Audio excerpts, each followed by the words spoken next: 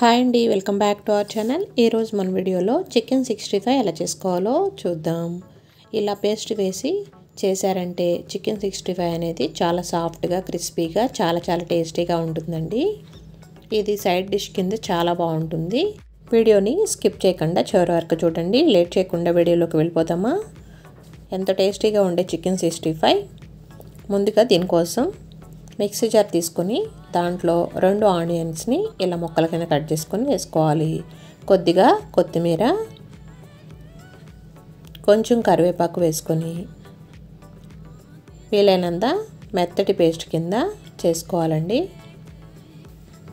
ఇలా పేస్ట్ చేసుకొని పక్కన పెట్టుకోవాలి. ఒక బౌల్లో 5-6 ఎండుమిర్చి వేసుకొని కొద్దిగా హాట్ వాటర్ వేసుకొని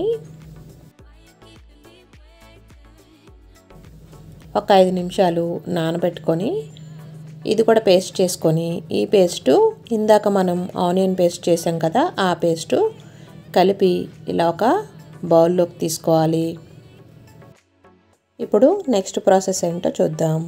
మిక్సింగ్ బౌల్ ఒకటి తీసుకొని దీంట్లో 1/2 కిలో చికెన్ తీసుకున్నానండి. చికెన్ అనేది బాగా నీట్గా వాష్ చేసేసుకొని తీసుకోవాలి. చికెను ఇలా చిన్న ముక్కల కింద కట్ చేసుకొని తీసుకోవాలండి. మనకి చిన్న ముక్కలు అయితే కనుక మనం ఆయిల్లో ఫ్రై చేసేటప్పుడు బాగా ఫ్రై అవుతాయండి. దీంట్లో 1/2 టేబుల్ స్పూన్ పసుపు, 1/2 table spoon salt, 1 table spoon కారం వేసుకుంటున్నాను. మనం ఎండుమిర్చి ఆల్రెడీ నానబెట్టుకొని వేసుకున్నాం కాబట్టి చూసుకొని వేసుకోవాలండి. అల్లం వెల్లుల్లి పేస్టు 1 టేబుల్ స్పూన్ వేసుకోవాలి. మనం మిక్సీ వేసుకున్న ఈ పేస్ట్ని కూడా ఇందులో వేసుకుంటున్నాను. ఇలా పేస్ట్ మొత్తాన్ని వేసుకొని 2 టేబుల్ స్పూన్ కార్న్ఫ్లోర్ వేసుకుంటున్నాను.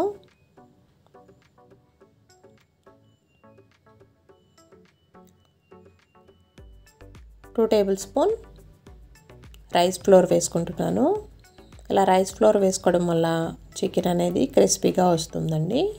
ఈ మొత్తాన్ని ఇప్పుడు బాగా కలుపుకోవాలి. చికెన్కి ఈ పేస్ట్ మొత్తం కలిసేటట్టు బాగా కలుపుకోవాలండి.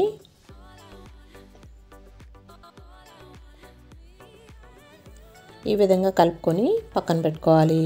ఇప్పుడు స్టవ్ వెలిగించి డీప్ ఫ్రైకి సరిపడా ఆయిల్ వేసుకొని, ఆయిల్ హీట్ అయిన తర్వాత ఈ చికెన్ ముక్కల్ని ఒక్కొక్కటి ఇలా వేసుకోవాలి.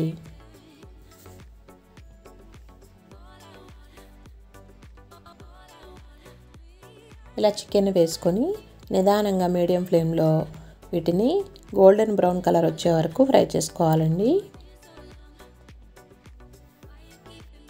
వేసుకున్న వెంటనే కలుపుకుంటా ఒక 2 నిమిషాలు ఫ్రై అవనిచ్చి మరోవైపుకి ఇలా టర్న్ చేసుకోవాలి.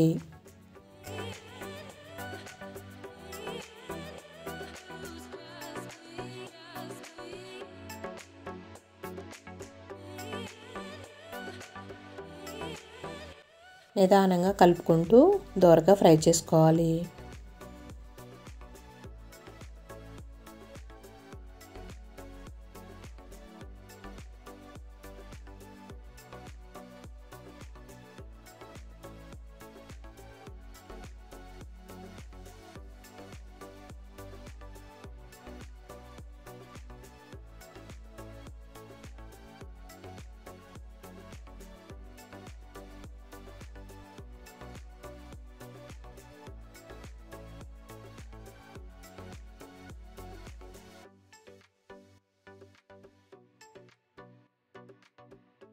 చికెన్ ఫ్రై అయిపోయింది. ఇప్పుడు ఒక బౌల్లోకి తీసుకుందాం. టేస్ట్ మాత్రం చాలా బాగుంటుందండి. ఎటువంటి మసాలాలు వేయలేదు కాబట్టి టేస్ట్ అనేది బాగుంటుంది. ఎక్కువగా మసాలాలు యూస్ చేసిన పిల్లలు తినరు కాబట్టి పిల్లలకి మాత్రం చాలా బాగా నచ్చుతుంది. ఎంతో టేస్టీగా ఉండే చికెన్ 65 రెడీ అయిపోయిందండి. ఈ చికెన్ అనేది చాలా సాఫ్ట్గా, క్రిస్పీగా, చాలా టేస్టీగా ఉంటుంది. సైడ్ డిష్ కింద చాలా బాగుంటుందండి.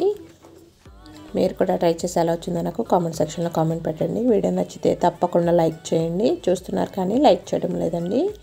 లైక్ చేయడం వల్ల వీడియో అనేది మరికొంతమందికి వెళ్తుంది. Please subscribe to my channel. Thanks for watching.